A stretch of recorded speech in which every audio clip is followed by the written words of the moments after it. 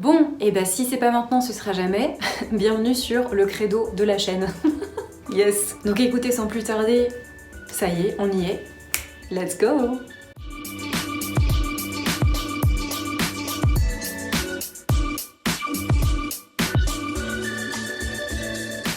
Bonjour et bienvenue dans cette nouvelle vidéo. Oh wow. Il n'y a pas eu de vidéo depuis le mois de janvier, me semble-t-il. Ou en tout cas, moi j'ai tourné en tout début janvier et nous sommes actuellement le 1er avril.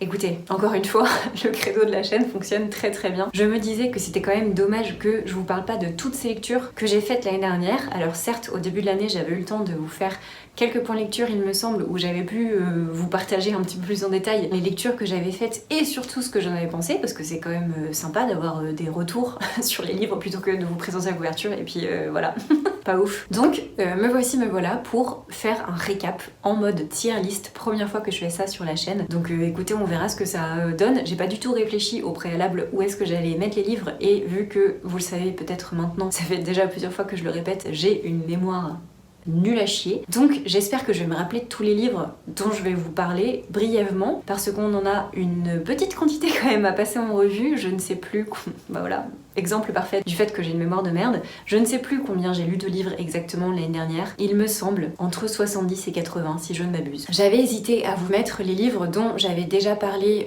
en point lecture, mais je me suis dit que pour faire une tier list de mes lectures 2024 dans son entièreté, ce serait un peu plus sympa quand même pour que vous ayez vraiment une idée du classement général de l'année 2024. J'essaierai du coup, comme je vous disais, de passer brièvement, mais de vous donner quand même quelques points clés qui me semblent importants concernant le livre dont je vais vous parler. Et puis voilà, je vais me mettre dans mon salon parce que c'est beaucoup plus pratique d'être sur une table pour pouvoir manipuler mon ordinateur. Et laissez-moi le temps d'installer mon setup et puis vous, bah c'est à tout de suite. Ok, donc nous voilà dans mon salon. C'était peut-être pas la meilleure idée parce que je suis en train de me dire ça résonne un peu. J'espère que vous l'entendrez pas trop, sinon j'en suis fort confuse. Mais c'est beaucoup plus simple comme ça et j'ai pas trop d'autres endroits qui sont lumineux et sympas, jolis, genre avec des livres qui est un peu la thématique de la chaîne si vous avez pas compris. Je vais chouche. Il y a aussi Helios qui est de nouveau avec nous, donc il est couché juste là, il est en train de prendre un bain de soleil. Donc peut-être qu'à un moment donné il va décider de se relever et ça va faire du bruit parce que vu que ça résonne et que c'est une sorte de parquet, bah ça fait des petits clic-clic. Je suis sûre que ça vous a un peu manqué finalement parce que vous l'entendiez plus. Bon bref, et oui, et du coup bah forcément je vais regarder plus vers le bas, mais vu que je vais vous mettre en gros, au final vous vous en battez les steaks, même en soit. Comme vous pouvez voir, j'ai classé ça en 5 catégories différentes. Je sais pas si ça va être suffisant honnêtement, mais j'ai essayé de faire comme j'ai pu. J'ai en premier le son de la veine. Ça, c'est les coups de cœur. Vous voyez qu'est-ce qui va arriver dans cette catégorie-ci, évidemment. Ensuite, j'ai la catégorie Un grand oui, donc qui est un livre que j'ai vraiment beaucoup aimé, mais qui n'est pas un coup de cœur. Généralement, je sais pas pourquoi. Vous savez, c'est une question de feeling, je pense que vous savez de quoi je parle. Ensuite, j'ai oui, c'est sympa. Genre, ok, c'était une lecture cool. Vous savez, c'est un peu comme quand vous mangez un plat qui est ok, qui vous nourrit, qui est bon, mais vous n'êtes pas là à vous dire genre, c'est trop bon quand vous le mettez dans votre bouche, vous voyez.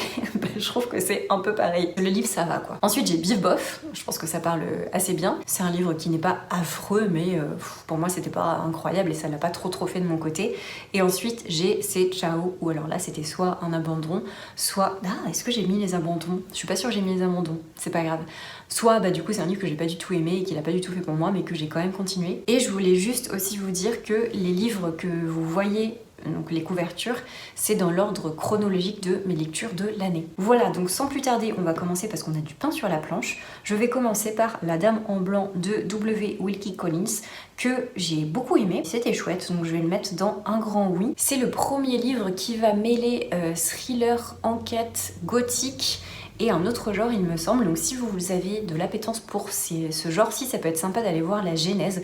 Moi personnellement ça m'intéressait de découvrir ça et c'était très chouette. Pour l'histoire brièvement, c'est un homme qui va croiser une femme au détour d'une rue dans Londres. Cette femme a l'air assez perturbée. Va s'en suivre une autre histoire en parallèle où lui il est professeur de peinture. Il va être envoyé dans un manoir pour donner des cours à 2 jeunes femmes dont une ressemble vraiment limite trait pour trait à cette femme un petit peu dérangée qu'il a croisée dans Londres. Après ça va s'en suivre toute une une enquête autour de cette ressemblance, qui était cette femme, qu'est-ce qu'elle voulait, de quoi elle avait peur, de qui elle avait peur surtout. C'est une histoire qui est hyper intéressante, moi j'ai vraiment adoré suivre ça de A à Z, j'ai été vraiment plongée dedans, j'avais envie de découvrir la suite. Donc si vous aimez ce genre-ci, ou bien si vous êtes curieux de découvrir la genèse un petit peu de ce genre mélangé, je vous conseille très fortement de vous diriger vers La Dame en Blanc, qui est disponible en audio aussi d'ailleurs si vous le souhaitez. Voilà. Ensuite, on a Berserker, le tome, c'est quoi ? Attendez, je me rapproche. Le tome 2. Je réfléchis par rapport aux 3 et aux autres que j'ai lus. En vrai, j'ai vraiment bien aimé. Je pense que je vais mettre, pour l'instant, je vais mettre dans c'est sympa parce que c'est pas à la hauteur de La Dame en Blanc pour moi, vous voyez, si je compare les deux. Mais par contre, j'ai vraiment beaucoup aimé, donc je dirais que c'est dans sympa plus. En gros, l'histoire de Berserker, c'est un homme qui ne peut pas mourir. Peu importe la façon dont il est endommagé physiquement, il peut être brûlé, découpé en morceaux, criblé. Merci Helios. Criblé de balles, noyé, ébouillanté, je sais pas ce que vous voulez comme mort les plus atroces les unes que les autres, le gars, il va pas mourir. Et en fait, son goal, c'est de mourir parce que ça fait un nombre incalculable d'années. Je vais pas vous dire exactement depuis quand, mais ça fait vraiment énormément de temps qu'il est coincé dans sa condition. Et du coup, il y a toute cette notion d'humanité, de limite à l'être humain parce que il est confronté à la mort et quand on n'a plus cette limite entre guillemets, où est la frontière finalement? Forcément, il y a toute une organisation qui est derrière ça, qui cherche à l'aider entre guillemets à mourir parce que leur goal c'est de comprendre pourquoi est-ce qu'il ne meurt jamais et de créer des super soldats, les méchants. Donc voilà pour vous dire à peu près l'histoire, c'est hyper cool, c'est réalisé par entre autres Keanu Reeves, c'est ce qui m'a donné envie d'aller vers cette BD de base, ce comics d'ailleurs c'est un comics il me semble, je ne sais plus. Dans tous les cas voilà, je vous le conseille fortement si vous n'avez pas peur des effusions de sang, que vous aimez bien la baston et les mecs ultra badass. Franchement, let's go, c'est grave cool. En tout cas, moi, je passe un excellent moment à chaque fois que je les lis et il y en a 3 qui sont sortis pour le moment. Ensuite, je passe à Agatha Christie, Le Majeur par les... Le Majeur. Le Majeur. Oh, Le Major par les trop. Alors ça, je vais le mettre dans c'est sympa parce que c'était sympa. Pour l'histoire, cette fois-ci, on n'est pas avec Hercule Poirot, on est avec Miss Marple. Et cette petite Miss, elle est en vacances et il va s'avérer que ça va être une sorte de huis clos avec un major qui va montrer une photo. Et suite à ça, le lendemain, il va être assassiné et on va se demander qui était sur la photo. Pourquoi est-ce que la photo ne devait pas être divulguée à qui que ce soit? Et le major, du coup, avait toute une histoire qui était en corrélation avec la photo. Et bien évidemment, cette histoire ne devait pas se savoir. Donc, sweep, plus de major. Mais pourquoi? Telle est la grande question de tout ce livre. Personnellement, j'ai passé un excellent moment comme à chaque fois que je lis des Agatha Christie. Donc si vous voulez découvrir un énième Agatha Christie, je vous le conseille, allez-y. Je passe à The Nice House on the Lake. Ici, le premier volume de, pour l'instant, cette duologie qui va passer en trilogie normalement en avril. Donc sous peu pour moi. Bien évidemment, vous le savez, je vais le mettre dans le sang de la veine. Puisque j'ai adoré ces comics, c'était absolument incroyable. Là, pour le coup, je vais vous épargner un petit peu de temps de vidéo et je ne vais pas revenir sur l'histoire. Je pense que je vous en avais déjà parlé assez l'année dernière sur le peu de vidéos que j'ai fait. Je crois que je vous en ai parlé limite à chaque fois. Donc je vais arrêter les frais ici. Quand bien même, je pense que mes collègues l'ont fait tout aussi bien que moi sur les autres chaînes. C'est un livre qui a beaucoup tourné. Si vous ne le connaissez pas encore, sachez qu'il a fait l'unanimité. On est dans un huis clos avec du suspense, des extraterrestres, différents points de vue, différents personnages, différentes temporalités, des petits sigles assignés à tout le monde, une enquête que nous on mène pour découvrir ce qu'il en est. Franchement, allez-y, je vous le conseille à 100%, c'est trop bien, j'adore ce comics. Je passe à le premier tome des Mondes des Whelan qui s'appelle, je sais plus, et c'est trop petit, attends, je me rapproche. Ah oui, qui s'appelle La Forêt des Captifs. Je vais pas le mettre dans un coup de cœur, mais dans un grand oui. Pourquoi pas un coup de cœur? Parce que j'ai été un petit peu décontenancée, non pas dans le mauvais sens, mais c'est hyper violent en fait au départ, et je vous avoue que je m'attendais pas du tout à ça. Hyper violent, je m'entends. Je vous parle de violence dans le monde des Whelan alors que juste avant je viens de déblatérer sur Berserker qui était trop bien. Ça n'a aucun sens. La violence qu'on s'entende à titre jeunesse, c'est brut quoi. Et on ne ménage pas les Whelan, et pour le coup j'ai quand même beaucoup aimé, mais si je compare, vous voyez, au coup de cœur, de toute façon vous le savez déjà, du coup je vais vous spoil la suite, mais au coup de cœur qu'a été Elana, à titre personnel, les Mondes des Whelan c'est un petit peu en deçà, mais ça reste vraiment une saga que j'apprécie toujours énormément. Pierre Bottero c'est un auteur d'exception, je pense qu'on peut dire ça à ce stade, et si vous ne le connaissez pas, je vous conseille de vous tourner très fortement sur tous ses livres, peu importe. Pour l'instant, je n'ai pas lu toute sa bibliographie, mais croyez-moi bien que je vais le faire parce que jusqu'à maintenant, c'est un sans faute pour ma part. Si vous voulez commencer, ne faites pas comme moi, commencez par la quête des Whelan parce que sinon vous allez être plongé en plein milieu de l'intrigue entre guillemets parce que c'est des sagas qui se suivent. Ne faites pas comme moi, ne commencez pas à racheter les mondes des Whelan parce que sinon vous vous sentirez un petit peu coincé et déconvenu quant à l'histoire. J'enchaîne avec Comme un roman d'été de Émilie Henry. Alors là clairement je suis désolée pour tous les fans, mais je vais le mettre dans Bif Bof parce que encore une fois, pour trouver une romance que j'apprécie vraiment, va falloir que je tryhard en fait. Dans mes souvenirs du coup c'est deux auteurs, une autrice du coup qui fait principalement de la romance et un auteur qui fait des choses un petit peu contemporaines, expérimentales me semble-t-il, et en fait ils vont être amenés à devoir changer leur genre respectif pour écrire autre chose et sortir un petit peu de leur zone de confort et pouvoir se réinventer un petit peu. Forcément vous doutez bien que au début ils peuvent pas se piffrer, alors c'est un petit peu nuancé mais quand bien même c'est pas un enemies to lovers mais limite, il y a quand même une histoire de fond qui est sympa avec un traitement de l'acceptation du deuil auquel je ne m'attendais pas, c'est pour ça que je le mets pas dans C'est Ciao mais dans Bif Bof parce qu'il y a des trucs qui m'ont un peu pas levé les yeux au ciel, mais ça ne m'atteint pas en fait. Quand déjà les scènes de smut, franchement je vous avoue que moi ça me gêne, enfin je suis là, oh là là, j'ai pas envie d'être là en fait. Genre, faites ça tranquillement, je veux pas être entre vous à faire du voyeurisme et vous regardez, vous roulez des pelles et vous pécho sur le frigo quoi. Enfin non vraiment, je vous jure que c'est pas des choses qui m'émoustillent outre mesure, voire même à contrario. Du coup c'est des moments qui me mettent un peu mal à l'aise, c'est pas le mot, mais j'ai pas envie d'être là quoi, j'ai pas envie d'assister à ça. Je trouve que la personnage principale, donc on a forcément la femme et l'homme, la personnage principale elle était pas crédible dans le ressentiment qu'elle avait pour le mec. Je sais plus comment il s'appelle le gars, mais en tout cas lui je l'ai trouvé super. Par contre la nana, je trouve qu'elle a une rancœur envers lui au tout début qui n'est absolument pas justifiée. J'y croyais pas trop en fait, vous voyez, donc voilà, j'arrête de m'étendre plus qu'il n'en est. Pour moi c'est Bif Bof, mais voilà, si c'est un genre qui vous plaît, je pense que ça pourra vous plaire parce qu'il y a quand même une dimension qui est un petit peu plus profonde que juste hi hi hi ha ha ha touche pipi et puis après on canne et puis c'est réglé quoi, voilà. Ah oui, et du coup ça je l'avais écouté en début d'année en audio, donc là on passe aux découvertes du livre audio et du coup j'ai pioché un petit peu tout ce qui était gratos sur Audible, technique de rat d'ailleurs, si vous voulez, il y a des livres audio qui sont gratuits, vous n'êtes pas obligé de payer un crédit sur Audible, donc ça c'est cool. Et j'en viens du coup à la bibliothèque des rêves secrets écrit par Michiko Aoyama. Et bah pareil, je vais le mettre dans Bif Bof parce que c'est pas un livre qui m'a transcendé du tout. Pour vous dire, j'ai à peine des souvenirs de l'histoire en soi. Je sais que c'est plein de petites nouvelles qui se recoupent parce que tous les personnages vont dans cette bibliothèque et ils vont ressortir... Ah oui, c'est bon, je sais pourquoi en fait. Et ils vont ressortir avec une espèce de morale en fait qu'ils vont devoir travailler dans leur vie et mettre en lien avec leur quotidien. Ce qui m'a pas plu, c'est que j'ai trouvé que c'était une sorte de développement personnel déguisé et bah, le développement personnel, c'est pas un truc qui me botte, ça ne l'a jamais été. J'ai vraiment pas d'appétence du tout pour ce genre et je trouvais que c'était vraiment ouais, du dev perso déguisé et ça ne m'a pas plu en fait. Si c'est votre truc, si vous aimez bien réfléchir à des morales et des leçons de vie, bah écoutez, allez-y, ça peut potentiellement le faire avec vous. Je passe à l'Assassin Royal, l'intégrale 2 de la première époque. Ici, évidemment, je le place dans Le sang de la veine, Robin Hobb. De toute façon, Le sang de la veine, point final. Pour l'instant, l'Assassin Royal ne m'ont absolument pas déçu. Même si, effectivement, comme je vous le disais en point lecture, du coup, je vais passer brièvement sur celui-ci. Même si je vous disais dans le point lecture que ça a été assez fastidieux le départ parce que bah, c'est Fitz qui fait énormément de routes à pied. Et donc, du coup, bah, on part d'un point A à un point B, à un point C, à un point D, pour arriver enfin là où il voulait aller depuis le départ des 3 tomes. Et donc du coup la fin est grandiose, je ne pourrais pas vous dire d'autres mots. J'ai pas compris ce qui m'arrivait, ce que je me suis pris dans la gueule à 3h du mat. C'était incroyable, je pensais pas que ça allait aller aussi loin et j'ai trouvé ça génial. Donc écoutez, je ne pourrais encore une fois que vous conseiller de vous plonger dans l'Assassin Royal. Toutes les personnes à qui je l'ai conseillé et qui se sont plongées dedans ont adoré et à titre encore plus grand que ma propre personne, tous les gens qui se sont lancés dans l'Assassin Royal, alors peut-être pas tous parce que j'ai quelques exceptions en tête, mais sachez que je pense que ça fonctionne à 90% sur les gens. Donc franchement, bah, allez-y, voilà, je n'ai pas d'autres mots. Je passe à...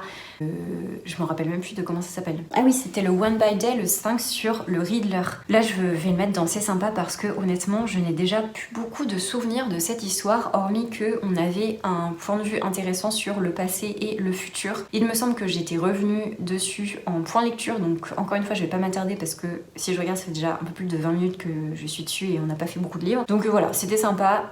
Honnêtement, c'était oubliable. Tristement parce que bah, Riddler, c'est mon blaze. Donc je voulais découvrir un petit peu plus ce perso. J'ai d'autres comics en tête où il est dedans qui pourront peut-être me permettre de plonger un petit peu plus dans le perso et de me rapprocher de cette entité, somme toute.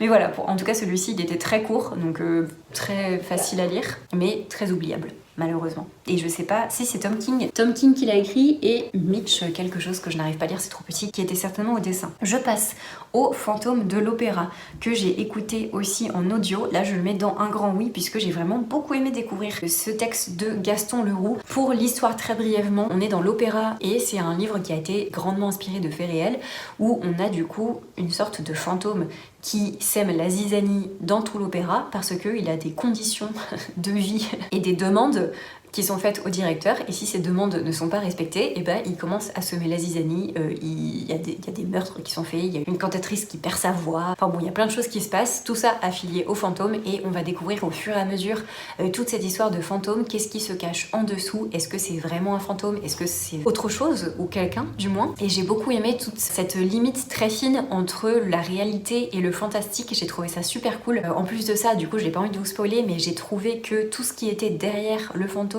sans vous donner plus de détails, c'était vraiment hyper intelligent. J'ai vraiment beaucoup aimé cette histoire. Ça me reste encore en tête, même si ça fait, je pense, 1 an maintenant que je l'ai lu. Donc écoutez, si vous n'avez pas encore découvert ce classique, franchement, allez-y, c'est super chouette. Les Chroniques d'Avonlea, et pareil, je vais mettre dans un grand oui. Ce n'est pas un coup de cœur parce que je quitte Anne, malheureusement. Enfin, je l'avais déjà quitté avant, mais là, pour le coup, c'est des sortes de nouvelles qui se passent dans l'univers d'Anne. Même si on ne la voit pas, elle ne fait pas partie des personnages de ces nouvelles. Il y a quelques moments, quelques petits clins d'œil où elle est là et ça fait plaisir. C'est de Lucie Maud de Montgomery, pardon, je ne vous l'avais pas dit. Mais voilà, pour moi, c'était hyper cool d'avoir encore cette petite saveur après que tout le gâteau soit passé, on va dire. Voilà, c'est une petite dernière mise en bouche qui fait plaisir avant la toute fin de cet univers, malheureusement. Ensuite, on a le deuxième tome de The Nice House on the Lake. Et je vous ai pas dit que c'était de James Tynion IV et Alvarez Bueno, mais je sais plus son prénom. Est-ce que je le vois? Non, c'est trop petit. Je pourrais pas vous dire, je suis désolée. Dans tous les cas, voilà, je vais pas m'épancher encore dessus. C'est la suite du premier tome qui était incroyablement bien. J'adore cette couverture.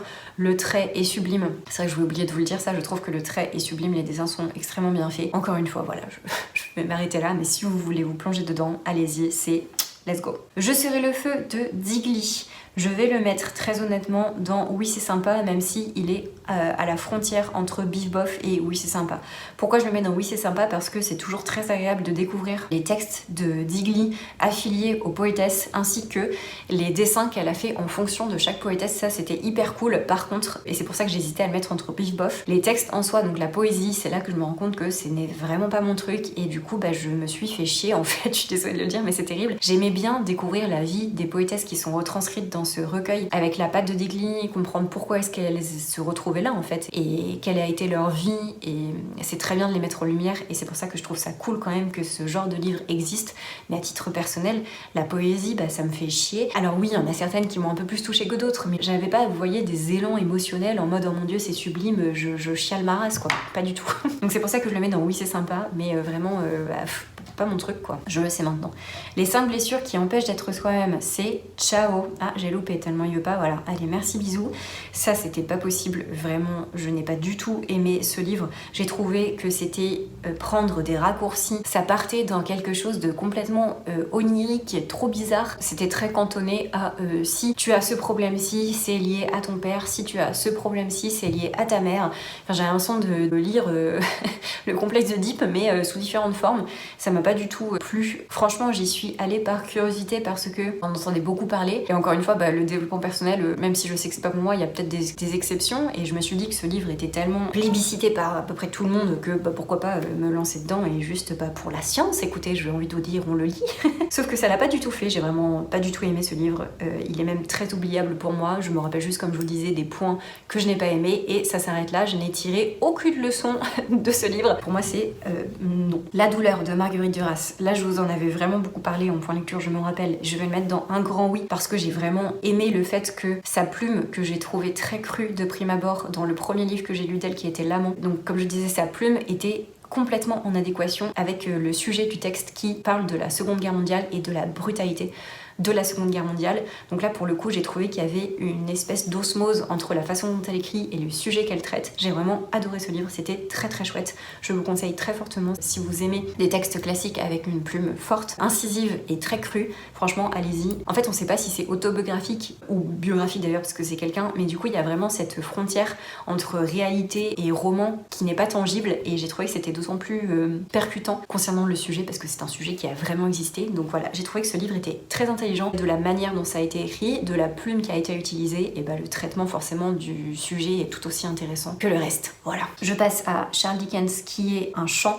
de Noël, je l'ai trouvé sympa. Pour l'histoire, c'est Scrooge qui est un gros radin qui veut rien lâcher, même pour Noël, et puis bah du coup il va se faire secouer les puces, on va dire, par les esprits de Noël, et il va se rendre compte qu'en fait l'empathie et la générosité c'est pas si pire finalement. Voilà, donc c'était très chouette, j'étais contente de découvrir ce conte classique qui est vraiment à la source de notre Noël occidental. Donc voilà, c'était cool. Si vous voulez découvrir, ça se lit très vite ou ça s'écoute tout aussi vite. Donc voilà, c'était sympa. Là pour le coup, c'était vraiment sympa. Ensuite, j'ai Nevernight, le tome 3 de J. Christophe. Je sais pas si je le mets entre C'est Ciao ou Biff Boff. Allez, je vais le mettre dans Biff Boff parce que je l'ai quand même lu, je me suis quand même tapé la trilogie entière. Donc je peux pas le mettre dans C'est Ciao, ce serait pas juste pour lui. Oh, ouais, non mais quand je réfléchis vraiment, tous ces détours, en fait, ce qui m'a saoulée dans ce livre, et ça je vous en avais aussi parlé en prélecture, donc je vais revenir très brièvement dessus, c'est que J. Christophe, il a une façon de faire parler ses personnages qui sont très crus, c'est vraiment très vulgaire, et jusque là, ça me dérangeait pas. Mais là, pour le coup, il y avait des scènes de cul tous les 4 matins, et vraiment, c'était lassant, en fait. Ils n'ont fait que ken, tout le temps. J'avais arrêté, c'est chiant. Ils vont à un endroit, ils ken. Ils vont à un autre endroit, ils ken. Ils rechangent d'endroit. Guess what? Ils ken. Ça va en fait, on a capté, genre juste tu mets une ligne comme quoi ils ken et puis c'est bon parce que là en plus on a les ébats entiers qui nous sont décrits à chaque fois. Oh, j'en avais marre. Je vous jure, ça m'a soulax parce que déjà ça m'a sorti du truc et j'avais pas envie de lire ça. Et quand bien même ils ken, mais qu'est-ce qu'on s'en bat les steaks en fait, parce que c'est pas un roman érotique qu'on est en train de lire et ni une histoire à l'eau de rose. Donc ça n'a pas lieu d'être en fait dans un truc où c'est des assassins qui se battent pour sauver le monde de dieux qui sont dans le ciel. Enfin vraiment je suis là mais pourquoi Donc voilà, vraiment ça m'a saoulée de ouf. J. Christophe, je n'y retournerai pas parce que je pense que ce n'est tout simplement pas un auteur qui est fait pour moi, c'est pas grave. Il y a plein de gens qui ont adoré cette saga et franchement tant mieux pour eux. Et il y a plein de gens qui ont adoré l'autre saga qu'il a fait là, je crois avec des vampires, je sais pas quoi là, je sais plus. Mais en tous les cas voilà, je sais que c'est pas un auteur qui est fait pour moi, il est trop vulgaire pour rien, parce que encore une fois la vulgarité ça me dérange pas, mais quand c'est pour quelque chose, et là c'est qu'il y en avait vraiment dans tous les sens. Il y a des trucs à tout va, genre limite il ponctuait la phrase par grosse connasse quoi. C'est bon en fait on a compris. Et puis ça ken, ça insulte, voilà.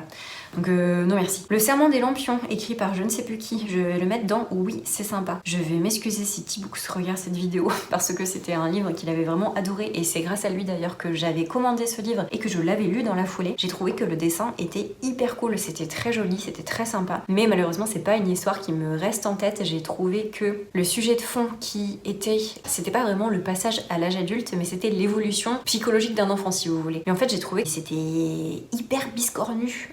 Vous voyez, il y a des livres en fait où le livre il prend un chemin et puis vous marchez en parallèle de ce chemin. Du coup, vous pouvez voir le chemin de ce côté-ci, mais vous n'êtes pas dessus. Du coup, vous êtes à côté et ça marche pas trop. Et ben voilà, c'est un peu mon sentiment pour Le Serment des Lampions. Même si je reconnais que c'est un super livre qui était très joli, les dessins sont sublimes, les couleurs sont aussi très belles. Le sujet de fond est intéressant, bien évidemment, mais c'est juste que ça l'a pas trop fait pour moi. Donc voilà, c'est pas un grand oui ni le sang de la veine, non, du coup. Mais par contre, c'était chouette. Voilà, je ne regrette pas ma lecture, disons ça comme ça. Je passe à Tati et le film Sans fin. Je vais le mettre dans un grand oui et je sais plus qui l'a écrit parce que c'est trop petit, je peux pas vous dire. Ça c'est un roman graphique qui retrace la vie de Jacques Tati. Jacques Tati, si vous ne savez pas, c'était un cinéaste qui a commencé les films en noir et blanc et en muet. Et puis après, il a évolué, il me semble, si je vous dis pas de conneries, je ne sais plus. Pourtant, j'ai fait une licence cinéma, c'est scandaleux. Dans tous les cas, j'ai vraiment beaucoup aimé découvrir la personne derrière le personnage parce que Jacques Tati, si vous avez déjà vu des films de lui, c'est vraiment un personnage à part entière comme tous les films muets parce que forcément, ils ont pas la parole, du coup, ils doivent en faire faire des caisses et c'était à but comique, un peu dans le même trempe que Charlie Chaplin si vous voulez. Mais sauf que Jacques Tati il est francophone, voilà, donc bon bah même s'il parle pas, ça vient chez nous quoi.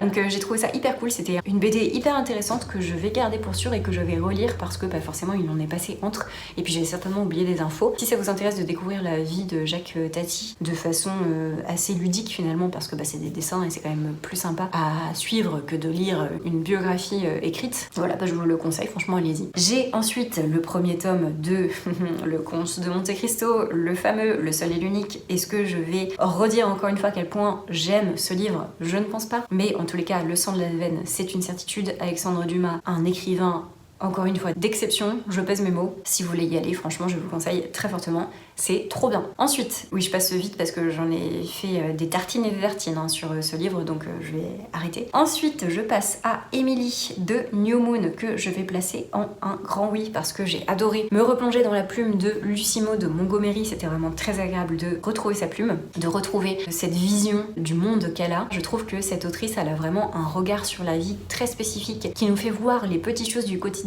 qui sont belles en fait et on passe à côté généralement avec nos yeux d'adultes et je trouve ça bien dommage. Du coup ça m'a fait plaisir de retrouver sa plume, ça m'a aussi fait plaisir de découvrir un nouveau personnage qu'elle a créé. Emily c'est quelqu'un qui a un petit peu plus de caractère que Anne dans le sens où elle est déterre la meuf, elle veut être écrivaine, elle va tout faire pour. Après c'est quand même une petite fille qui est très très chouette, hein. Elle a pas mauvais caractère, c'est juste que la meuf elle a un chemin, elle le prend et le reste c'est ciao.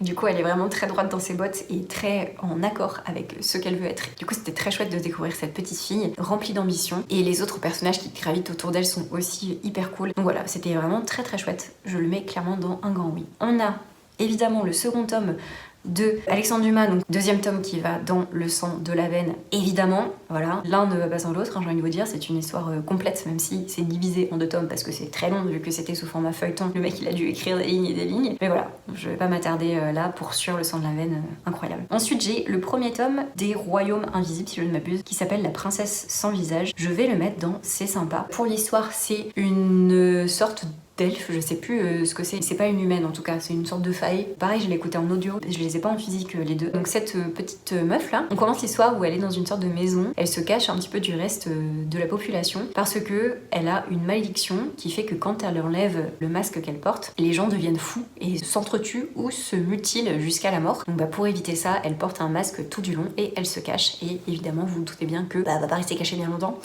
Et ça va être toute la découverte de cette petite fille qui va être conviée pour potentiellement devenir reine d'un royaume. Il va y avoir une sorte d'épreuve avec d'autres personnes. Une péripétie va en amener une autre, vous vous doutez bien qu'il va se passer plein de choses. C'était très intelligent, j'ai trouvé que l'écrit était très cool, le monde était bien défini, j'ai tout compris ce que j'ai lu, ça c'est bien. Ariel Holz a fait un super travail de fond, dans le sens où il a bien travaillé le monde dans lequel ces personnages évoluent, et ça j'ai trouvé ça vraiment très appréciable. Ça reste un livre young adulte, et là pour le coup je l'ai un peu trop ressenti. Non pas que c'était péjoratif, mais ça me transporte moins que des livres adultes, de toute façon c'est un fait. Même s'il y a des young adultes qui sont très bons, hein, je dis pas. Mais là pour le coup, bah, je me mets dans C'est sympa parce que c'était sympa quoi, je sais pas comment dire d'autre. J'enchaîne avec Harry Potter, le 3e tome par Mina Lima, je le mets dans un grand oui. Je le mets pas dans Le sang de la veine parce que je peux pas, J.K. Rowling c'est une grosse connasse, mais écoutez, Harry Potter c'est comme tous ceux de ma génération, et ça nous a bercé, ça a bercé mon enfance, j'ai grandi avec eux, j'avais le même âge que Harry Potter, donc forcément bah ça crée du lien, que voulez-vous. Du coup c'est une saga qui restera dans mon cœur vraiment pour toujours, c'est une certitude. C'était un plaisir de me replonger dans le 3, surtout que le 3 c'est mon préféré. Bref, j'arrête d'en parler, je vais pas donner plus de visibilité qu'il n'en faut, mais sachez que bon bah voilà, c'était un grand oui pour moi. Pardon.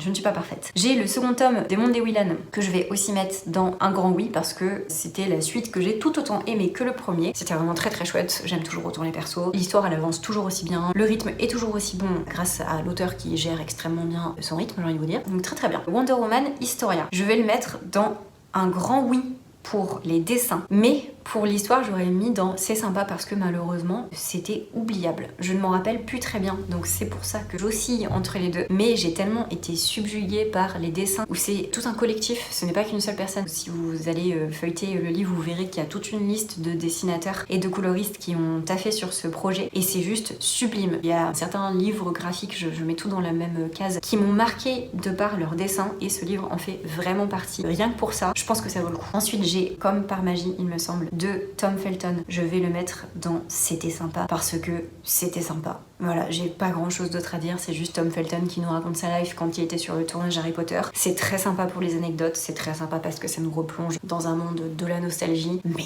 voilà, ça casse pas trois pattes à un canard, on va pas se mentir. Ensuite, j'ai Toutes les morts de Laila Starr, écrit par Ramsey, Eric et Ramsey, pas du tout, Ramsey, c'est pour ça que j'ai confondu. Néo va encore se foutre de ma gueule. Je vais le mettre dans un grand oui parce que... Pour être honnête avec moi-même, ce n'était pas un coup de cœur, mais ça reste quand même un grand oui parce que, et ben encore une fois, les dessins et la colorisation étaient sublimes. C'était vraiment très très beau. C'est pop, ça donne du peps. L'histoire en soi était intéressante. C'est la mort qui se fait virer en fait de son taf parce que il y a un mec qui est né qui va être amené à créer, comment ça s'appelle, l'immortalité. J'avais invincibilité en tête, pas du tout. C'était pas ça. Donc bah ça y est, le gars il est né, donc bah la mort, ciao bisous, on n'a plus besoin de toi en fait. Et ses employeurs vont gentiment lui proposer d'être réincarnée une dernière fois dans le monde humain et elle va choisir d'être réincarnée pas loin du petit bébé qui va inventer l'immortalité pour pouvoir le zigouiller et retrouver son taf. Sauf que vous savez bien que les choses ne vont pas se passer comme prévu et puis on va découvrir l'histoire de cette femme qui se réincarne et qui comprend, qui se rapproche un petit peu plus de la condition humaine et c'était très chouette. J'ai beaucoup aimé. Je sais pas pourquoi c'est pas un coup de cœur, je peux pas vous dire. Pour sûr c'est un comics de qualité, ça c'est une certitude. Ensuite je passe au deuxième tome du Royaume sans visage. Je sais plus si c'est ça, qui s'appelle Le règne des chimères. Les royaumes invisibles, c'est ça? Non, les royaumes immobiles. Oh, les royaumes sans visage.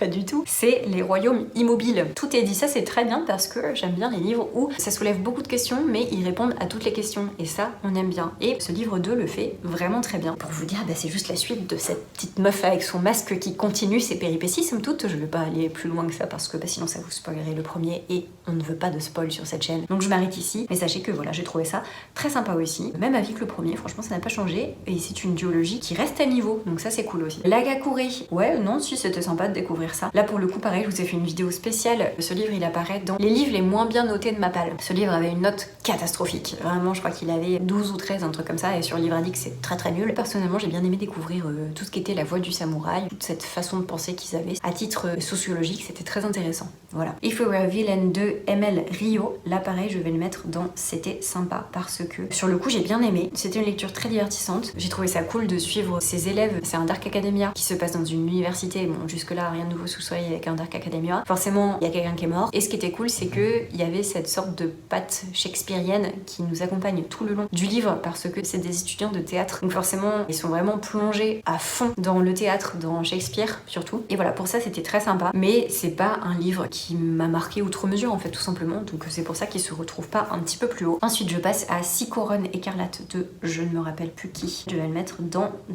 Attendez je le mets là pour l'instant. Ah j'ai un petit chien qui se lève. Coucou Mimi. J'hésite à le mettre entre un grand oui et c'est sympa. Je pense que le premier je vais le mettre dans un grand oui parce que ça m'a vraiment transporté. J'ai vraiment beaucoup aimé ce premier tome, c'était vraiment très très chouette. J'ai beaucoup aimé découvrir la plume. L'histoire était très cool. C'est l'histoire d'une princesse qui est promise à un autre mec d'un autre royaume et elle ne va pas vouloir se marier avec lui, du coup elle va un petit peu s'enfuir. Elle va rencontrer un dragon sur sa route, un dragon qui n'est pas un dragon auquel on pense dans un premier temps. Je sais pas comment vous dire mais je pense que quand vous le lirez vous verrez, c'est pas le dragon sous sa forme traditionnelle qu'on connaît, c'est une autre forme de dragon et ça j'ai trouvé ça cool aussi. Et ses frères vont être transformés en grues. Je vais pas vous dire pourquoi ni comment. Ah oui et elle ne peut pas parler parce que si elle parle, le moindre mot qu'elle va prononcer va tuer l'un de ses frères. Donc c'est embêtant. Donc voilà, je trouvais ça très cool, l'histoire était très chouette, j'ai bien aimé où est-ce que ça nous emmenait. Je trouvais que la personnage principale était très intelligente, elle était hyper débrouillarde, c'était hyper cool de la suivre. Donc voilà, j'ai beaucoup aimé l'univers, c'est très inspiré Orient, donc ça c'était chouette aussi. Et puis voilà, j'ai pas grand chose d'autre à vous dire, pour moi ça l'a fait plus. Ensuite j'ai Nippon Wokai, ici je crois que c'était je ne sais plus quoi. Le jeu des 10 histoires dont je vous avais parlé aussi, c'était très cool, j'ai adoré les dessins, c'était trop bien. Et les histoires c'était très chouette, c'était des petites histoires que les petits persos ils se racontaient pour je pense la soirée d'Halloween, du coup c'était très cool. Je vais m'arrêter là parce que pareil, j'en ai déjà parlé pardon, donc voilà. Je passe à Piranès de Susanna Clark. Là je vais pas me faire des copains, je vais le mettre dans C'était sympa. Je suis désolée parce que je sais qu'il y a plein de personnes, je dézoome un petit peu, attendez bougez pas, je sais qu'il y a plein de personnes qui ont adoré ce livre en mode coup de cœur international. Je peux pas vous dire que j'en attendais trop parce que c'est pas vrai, mais forcément j'ai été biaisée par tous ces gens qui disaient que c'était trop bien et je m'attendais vraiment à un truc de zinzin, mais vraiment quand je dis zinzin c'est pour moi c'était, tout le monde disait que ça allait vous retourner le cerveau, que c'était abracabantesque, que vraiment c'était incroyable. Alors oui ça l'est, mais je suis restée sur ma faim en fait, tristement. Et voilà, et du coup Piranèse, c'est un huis clos dans un monde très étrange. On va suivre Piranèse qui est enfermé dans une sorte de lieu complètement hermétique avec des sortes de marais qui vont et viennent. On ne sait pas comment est-ce qu'il s'est retrouvé là. Et au fur et à mesure, en fait, on va apprendre son histoire et ce qui se cache derrière finalement. C'était sympa. Mais pour moi ça s'arrête là. Ensuite je passe à Zoc. Pareil, je le mets dans C'était sympa. C'était un roman graphique que j'avais vu passer au hasard. J'en ai jamais entendu parler ailleurs, je vous avoue. C'est l'histoire d'une petite fille dont les cheveux ont une propriété assez spécifique puisqu'ils retiennent l'eau. La matière retient l'eau si vous voulez. Elle va chercher un petit peu le sens de sa vie et elle va vouloir aider les gens grâce à ce pouvoir entre guillemets qu'elle a, ce don. Elle va voyager en fait et elle va aller de village en village pour absorber toute l'eau des villages qui ont été inondés. Le but c'est qu'elle transporte en fait toute cette eau pour aller la déverser ailleurs dans un endroit qui est safe. Et voilà, et donc du coup c'est cool parce qu'elle rencontre des gens sur sa route, c'est tout un chemin de vie qu'elle fait. J'ai trouvé ça sympa, encore une fois sans plus parce que c'est pas une lecture qui m'a marqué outre mesure, mais c'était plutôt cool. Les dessins étaient assez chouettes dans mes souvenirs, c'était un petit peu des couleurs un petit peu pastel avec un trait qui était assez fin, c'était agréable à lire. Voilà, je passe au deuxième tome de La Promesse du Dragon et là je vais le mettre dans C'était sympa. C'est un petit peu en deçà pour moi du premier parce que j'ai préféré le premier tout simplement, je saurais pas vous dire pourquoi. Je trouvais que l'histoire était tout aussi intelligente. Forcément, on a la résolution parce que c'est encore une fois une duologie. On a la résolution de l'histoire, donc c'est quand même très chouette. Je saurais pas vous dire pourquoi, ça m'a un petit peu moins transporté que le premier. On change de monde, on va visiter d'autres personnages. Forcément, on reste avec nos persos principaux. On découvre d'autres parties un petit peu du monde et ça m'a un petit peu moins plu, mais c'était quand même très chouette. Je sais que par exemple Julia Lucilia, elle a pas du tout aimé, elle a pas compris le pourquoi du comment. Mais moi perso, j'ai bien aimé, j'ai trouvé ça cool. Je trouvais que pour une lecture jeunesse, c'était quand même très chouette avec des belles valeurs. Et encore une fois, j'aime bien quand les livres jeunesse ils prennent pas les jeunes pour des cons. Et là, je trouve que c'est pas le cas. Du coup, j'aime bien ça. Ensuite, je passe au livre sans nom de Anonyme. On ne sait pas qui c'est. Là, je vais le mettre dans un grand oui parce que j'ai adoré cette lecture. C'était trop cool. J'ai vraiment rigolé. Étonnamment. Encore une fois, j'en ai parlé dans mon bilan de mi-année, il me semble. Je savais pas du tout à quoi m'attendre avec ce livre. Je l'ai lu en audio et le narrateur était très chouette. On est concentré sur une ville, je sais plus comment elle s'appelle, où en gros tout le mal est réuni. Il y a des gens qui résistent à des coups de feu. Il y a un mec qui boit du bourbon et qui devient complètement zinzin, qu'on appelle The Bourbon Kid. Et ouais, c'était ultra stylé. Les persos sont trop cool. Là, pour le coup, c'est archi vulgaire, mais c'est justifié. Donc ça m'a pas du tout dérangé. Au contraire, je trouvais ça vraiment très immersif. Il y a tout le suspense en plus de l'auteur en soi parce qu'on ne sait pas qui a écrit cette saga parce qu'il y a 9 tomes. Moi, personnellement, je vais m'arrêter là. Il y a quand même 9 tomes de dispo, donc voilà. C'est hyper cool. Très inspi Tarantino. Si les films de Quentin Tarantino vous plaisent, bah allez-y, les yeux fermés. Je pense que vous allez trop kiffer. Je passe à... Vous avez vu comment j'arrive à enchaîner plus là? C'est bon, je suis dans le rythme. Au bout de 50 minutes, c'est bien. Je passe au conte des Mille et Une Nuits. Franchement, je suis désolée, je vais mettre en bif bof, mais j'étais intriguée par les contes de Mille et Une Nuits que je n'ai pas lus et je pense que la version que j'ai eue, c'était pas la bonne version. Et en plus, j'avais l'impression que les histoires, elles étaient pas c'était pas intégral, vous voyez? Donc du coup, ça m'a un peu laissé pantoise, j'ai envie de vous dire. Donc ce que je vais faire, c'est que je vais continuer à essayer de trouver un livre cool. C'est-à-dire, si vous avez des recos, je suis chaud d'en prendre. J'ai vraiment envie de découvrir les contes des Mille et Une Nuits. Pas cette façon-là, parce que j'ai l'impression que je suis pas tombée sur la bonne édition. Voilà, malheureusement. Ensuite, on a les Marvel, pareil, je vais le mettre dans le bif-bof parce que je suis désolée, mais je n'ai aucun souvenir de ce livre. Voilà, c'est très simple, je ne sais même plus de quoi il parle. Pourtant, je l'ai lu, hein. Les dessins, je me rappelle, étaient un peu chelous et je n'ai aucune idée de quoi ça parle. Voilà, donc je vais m'arrêter là parce que je n'ai aucun souvenir. Donc je le mets dans le bif-bof parce que je m'en rappelle que j'ai pas détesté. Mais pour le coup, si je n'ai aucun souvenir, je sais même pas ce que j'en ai pensé sur le coup. C'est terrible. Troisième tome, Démon des Willan. Pareil, un grand oui. Toujours pareil, hein, Pierre Bottero. En plus, on a une fin grandiloquente avec vraiment tout cet arc qui se termine, qui était un arc quand même qui était assez lourd dans le traitement, même différents traitements traités. Là, pour le coup, je pense qu'on passe à un autre stade en termes d'âge de lecture. Non pas que ça passe à 16 ans et plus, hein, pas du tout. Il y a des sujets qui sont un peu plus profonds, d'autres sujets qui sont traités qui n'étaient pas du tout traités dans la quête des Willan, et j'ai trouvé ça très intéressant. Donc j'aime beaucoup voir le fait que Pierre Bottero, il évolue avec son lectorat, et c'est très chouette. Ensuite, j'ai un autre de la même édition, donc là j'ai Nippon Folklore. Pareil, je vais le mettre dans C'était sympa parce que j'ai moins de souvenirs que pour les 10 petites histoires. J'ai toujours autant adoré les dessins, par contre ça ne change pas. J'ai Le Chant d'Achille de Madeleine Miller. J'hésite entre un grand oui et C'était sympa. En fait, j'ai l'impression qu'un grand oui c'est trop, et j'ai l'impression que oui c'était sympa, c'est pas assez. Donc je vais quand même le mettre dans un grand oui parce que je suis sympa. Là pour le coup, j'ai vraiment mais largement préféré à Circé que je n'avais pas trop aimé. aimé pour être tout à fait honnête. On revisite le mythe d'Achille, on a vraiment un point de vue centré sur Patrocle et j'ai trouvé ça très chouette. Même si on connaît tous et toutes la fin terrible qui se passe, du coup forcément c'est un petit peu un crève-cœur. Mais c'était très cool d'avoir ce point de vue là, d'avoir l'évolution de ces deux persos, de voir leur relation à eux, comment est-ce qu'elle évolue. Je trouvais ça très intelligent de la part de Madeline Miller d'avoir fait ça et j'ai beaucoup aimé. Ensuite j'ai Frankenstein. Frankenstein, est-ce que je vais le mettre dans le sang de la veine? Je pense pas. Je vais le mettre dans un grand oui, mais vous savez quoi, je vais le mettre dans un grand oui là. Il mérite. Ah pas là, là, voilà. Parce que j'ai trouvé ça très intelligent comme texte encore une fois, écrit par Mary Shelley, très intelligent comme texte. Je ne m'attendais pas à ce qu'on aille aussi profondément dans des sujets tels que l'acceptation d'autrui, l'impact que le comportement des gens ont sur notre façon de penser, l'image qu'on a de soi. Enfin vraiment il y a toute une question identitaire qui existe, que ce soit dans les actes qu'on fait et jusqu'où on est prêt à aller, ou dans la personne qu'on est et ce qu'on renvoie et qui nous sommes au fond. Et il y a aussi le traitement des autres d'ailleurs. Enfin bon bref, je trouvais que vraiment dans cet esprit identitaire, peu importe les prismes qu'on a, donc vous voyez, peu importe les points de vue en fait sur l'aspect identitaire qu'il y a, c'était très intéressant. Donc j'ai vraiment beaucoup aimé ma lecture. Je vous conseille fortement. Je passe à l'Utopie de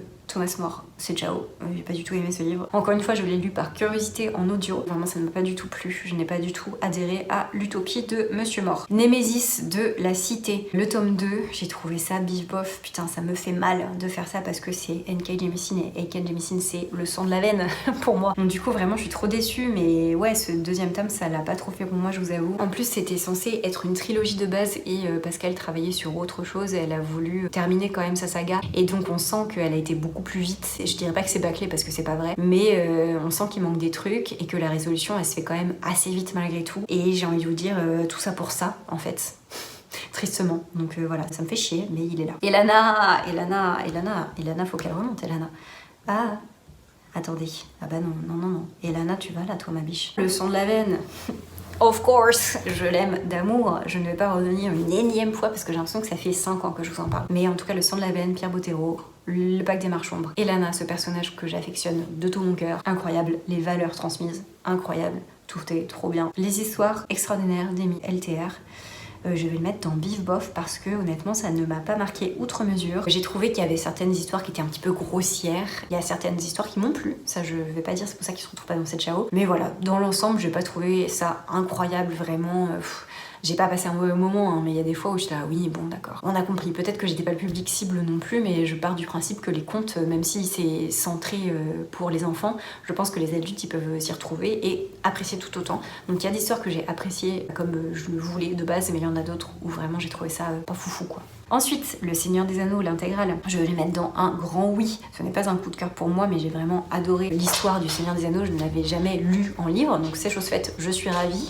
Une bonne chose de faite. C'était pas un coup de cœur, je peux pas vous expliquer pourquoi, mais par contre j'ai vraiment beaucoup aimé. Limite, je pourrais le mettre, vous voyez, à côté de Frankenstein, il le mérite amplement. La plume de Tolkien, bon bah voilà, on va pas en parler, hein. Vous savez finalement ce qu'il en est. Trop bien, j'ai vraiment adoré. Qui plus est, le livre est sublime, c'est l'édition collector qui est trop belle. Si vous pouvez le choper, allez-y parce que ça vaut grave le coup. Et voilà. Ensuite, on a Orgueil et Préjugés. Je vais le mettre aussi dans un grand oui parce que j'ai vraiment beaucoup aimé cette histoire de Jane Austen. Je vais pas vous faire l'affront de vous résumer l'histoire parce que je pense que vous savez de quoi il en retourne. Dans tous les cas, j'ai vraiment trouvé ça très cool. J'ai trouvé ça assez précurseur quant au traitement de la femme dans la société et c'est ce qui m'a beaucoup plu. Ensuite, je passe à L'usage du monde de Nicolas Bouvier. Je suis désolée, le mettre dans bif bof parce que j'ai mis littéralement plus d'1 an à lire ce livre et que c'était très long. C'était quand même intéressant parce que c'est l'histoire de Nicolas Bouvier et de son collègue qui s'appelle Thierry, je ne sais plus comment, qui vont parcourir l'Asie centrale, il me semble. Et c'était très cool de découvrir les différentes cultures, mais je l'ai tellement étalé dans le temps que j'en perdais l'appétence et l'engouement que j'avais pour ce livre, donc c'est assez terrible, mais je pense que s'il se trouve dans cette catégorie, c'est complètement de ma faute et non pas la faute de l'auteur, parce que je sais qu'il y a plein de gens qui ont vraiment beaucoup aimé ce récit de vie. À titre personnel, j'ai vraiment pas été touchée du tout par les dessins de Thierry, je ne sais plus comment il s'appelle, je suis désolée, j'ai appelé Thierry, mais c'est pas mon beau, hein, mais j'ai plus son nom de famille en tête. Voilà, les dessins de Thierry, ça m'a pas du tout transcendé, loin de là, j'ai pas du tout été touchée par son trait. Au contraire, je l'ai trouvé très grossier et pas très beau, si je suis tout à fait honnête avec vous. Donc voilà, pour moi c'était pas incroyable, mais je concède et je comprends pourquoi les gens aiment ce livre. Ensuite, j'ai Dune, le Messie de Dune, qui est le second tome de Frank Herbert, de la saga de Dune. Je le mets dans un grand oui parce que j'aime vraiment beaucoup cette saga, et totalement parce que ça partait pas très bien entre Frank Herbert et moi. Je trouvais que le début du premier tome était très élitiste, mais je trouve qu'il est pris dans l'action, et donc du coup on est plongé en fait dans l'action à 100%, et vu que la mise en place est faite depuis le la première partie du tome 1. Pour moi, le rythme est beaucoup plus accessible, je trouve. Je sais pas comment vous expliquer, mais en tout cas, j'ai beaucoup apprécié ce tome-ci. C'est la suite qui peut paraître... comment dire? Je trouve qu'il prend des risques qui sont très originaux. Pour pas vous spoil, mais en tout cas, je pense que quand on se lance dans Dune, on ne pense pas que ça va aller aussi loin. Et je suis que à la moitié de la saga, je n'ai lu que les 3 premiers, il me reste les 3 derniers. Et je pense que j'en ai encore beaucoup à découvrir et je n'ai pas fini d'être surprise. C'est une certitude. J'enchaîne, je commence à vraiment plus avoir de salive, c'est terrible. Avec Bonjour Tristesse de Françoise Sagan que je vais mettre dans C'était sympa parce que je me rappelle de l'histoire, mais encore une fois, je n'ai malheureusement pas été transcendée par cette histoire qui est plutôt un récit de vie d'une jeune fille qui découvre un petit peu un été, la vie. Elle est entre les deux, l'adolescence et l'adulte. On a ses premiers amours, on a la découverte avec son père qui est un petit peu frivole. Il faudrait que je me renseigne un petit peu sur ce livre parce que je pense que je suis complètement passée à côté et je pense qu'il y a plein de gens qui auraient beaucoup de choses à dire. Ce n'est pas mon cas. Voilà, je ne saurais pas quoi vous dire d'autre. Je suis passée à côté, je dirais pas par manque d'intelligence parce que je pense pas que je suis la dernière des connes, mais ouais, je pense que je suis passée à côté. Il me manque un truc pour la compréhension complète de ce livre, à mon avis. Ensuite, j'ai Rebecca de Daphné du Maurier que je vais mettre dans un grand oui parce que j'ai vraiment beaucoup aimé cette lecture. C'était vraiment très très chouette. Je vous conseille très fortement si vous ne l'avez pas lu. L'histoire est super cool. C'est l'histoire d'une femme qui s'appelle Rebecca qui va se marier avec un homme qui est veuf. Ça s'appelle pas du tout Rebecca, pardon. C'est l'histoire d'une femme qui ne s'appelle pas Rebecca qui va se marier avec un homme qui était marié à Rebecca. Et cette fameuse Rebecca est décédée. On ne sait pas comment ni pourquoi. Et du coup, sa nouvelle femme va être amenée dans le manoir dans lequel il résidait. Et il y a tout cet aspect un petit peu malsain que Rebecca a laissé et on ne sait pas pourquoi. Et on va découvrir au fur et à mesure ce qui se passe concrètement. Est-ce que c'est son mari qui a un problème? Est-ce que c'est Rebecca qui laisse une trace? Est-ce qu'elle est toujours vivante? Il y a plein de mystères qui sont sous-jacents. Ambiance très Daphné du Maurier, j'ai envie de vous dire, elle y arrive très bien et encore une fois, pour moi, ça a vraiment fonctionné. Je l'ai écouté en audio et c'était super. J'enchaîne avec, on a bientôt fini, oui, il nous reste 2 lignes, j'ai soif. J'enchaîne avec le second tome de Émilie, donc qui s'appelle L'Ascension d'Émilie. Je pense que je vais le mettre, non, si. Là, pour le coup, je vais le mettre dans un grand oui parce que j'ai tout autant aimé que le premier tome. On continue pareil sa quête pour devenir écrivaine. Si vous avez déjà lu Lucie Maud Montgomery, vous savez que ces personnages, ils font vraiment des grands bonds dans le temps. Donc on commence avec une Émilie qui est vraiment toute petite et puis là, elle est, ouais, je pense que là, c'est son adolescence début adulte, me semble-t-il. Donc voilà, toujours aussi chouette, j'ai trouvé ça très cool. La Lune tueuse de N.K. Jemisin, c'est terrible, mais c'est ciao, mais fois 1000. J'ai pas du tout aimé ce livre. Je n'ai pas compris, je suis passée enfin si j'ai compris, mais je suis passée complètement à côté du truc. Je trouvais que ça n'avait aucun intérêt. Voilà, je ne vais même pas vous redire l'histoire parce que vraiment pour moi, ce n'est pas du tout un bon livre. C'est terrible, mais je trouve ça fou qu'on puisse autant aimer une saga, genre vraiment les livres de la Terre fracturée, mais qu'est-ce que j'aime cette saga. Mais alors le reste, vous le voyez, hein, de toute façon où est-ce qu'ils sont classés, c'est terrible. Mais bon bref, pour moi ça n'a pas du tout fait. Que ce soit les persos, l'histoire, la mise en place du monde, vraiment... non. Ensuite, j'ai Morte Sève, les 2 tomes que je vais mettre dans... Je sais pas... Si, je vais le mettre dans C'était sympa et je vais classer les 2 pareils. Pourquoi je les mets pas dans un grand oui? Parce que l'histoire, un grand oui. Vraiment, j'ai adoré. Il y a vraiment une quête sous-jacente qui concerne l'écologie que j'ai trouvé très intéressante. Je le mets pas dans un grand oui, je le mets dans C'est sympa parce que j'ai été un petit peu réfractaire avec les dessins pour être honnête avec vous. Je suis pas full fan, voilà. Je sais pas quoi vous dire. Je vais continuer et je sais que le tome 3 est à paraître bientôt parce que j'adore l'histoire. Je trouve ça hyper intéressant.